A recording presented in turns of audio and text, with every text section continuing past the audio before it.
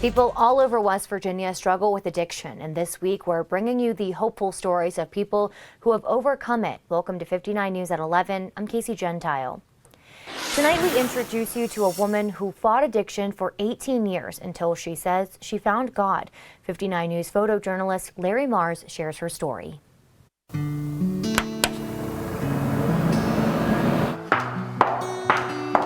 Without God, I wouldn't have my sobriety. I wouldn't have my family. I wouldn't be here. My name is Jill Howell.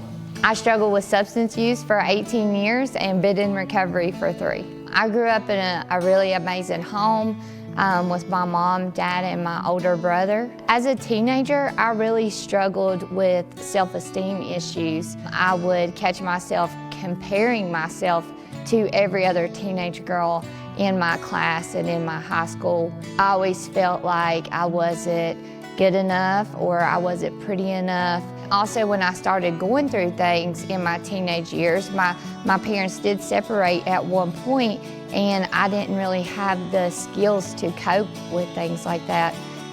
So that started my downfall. That is a godly choice. You're helping others learn about Jesus. I was offered some pain medication when I was 16 years old.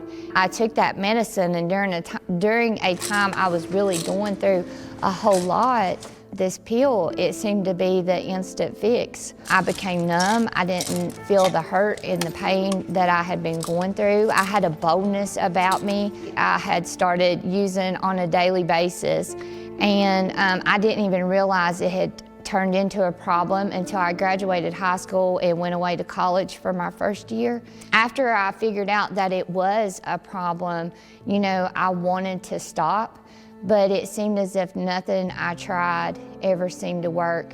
I was in and out of rehab programs. I did inpatient treatment. I did outpatient treatment. I would fail consistently, and it was just a really vicious cycle.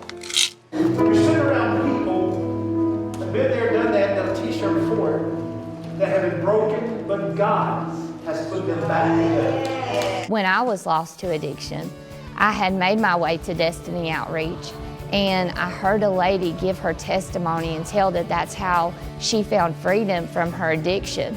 So for me, during that time, to see somebody that found freedom and how they found it planted a seed. So when I got incarcerated and I knew that I was just tired and I wanted a different way, for me, I knew in my heart that had to be God. And now when I see people who has just lost hope, I want to be the person that breathes life into them. I went and I took my 72-hour peer recovery class and started volunteering with the peer help program. To go out and train other people to reach out into our community. That is the greatest army.